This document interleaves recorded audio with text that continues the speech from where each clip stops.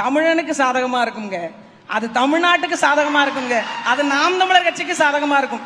ஒன்றை மட்டும்தான் புரிந்து கொள்ளுங்க, கட்சிகளோடு கூட்டணி வைப்பது மக்களுக்கு சாதகம் அல்ல.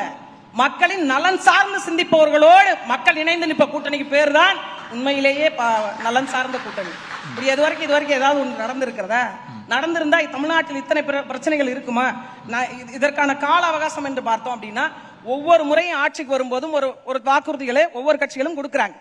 இதுவரைக்கும் நான் 100 விழுக்காடு, ஏற்கனவே ஐயா ஸ்டாலின் அவர்கள் சொன்னார் 85 விழுக்காடு நாங்க நிறைவேற்றிட்டோம், இன்னும் 15 விழுக்காடு தான் பெண்டிங் அப்படின்னு போன ஆண்டே சொன்னார். 2 ஆண்டு காலத்திலே நாங்க எல்லாத்தையும் முடிச்சிட்டோம் அப்படின்னு சொன்னாங்க. மீதமுள்ள 15 விழுக்காட்டுக்கு ஏன் இந்த மீதமுள்ள 3 வருஷம் என்ன இங்க நிறைவேற்றப்பட்டிருக்கு? எனக்கு முன்னால் பேசினவங்க சொன்னாங்க, பெண்களுக்கு மாதம் 1000 ரூபாய் தருகிறோம். எங்க மரியாதைக்குரிய அண்ணன் சபாபதி அவர்கள் சொன்னார், சபாபதி அவர்களுடைய மனைவி 1000 ரூபாய் வாங்கி ஒரு மாதத்தை ஓட்டி விடுவாரா? இந்த கேள்விக்கு அவரிடம் பதில் இருக்கிறதா? 1000 ரூபாய் வாங்கித்தான்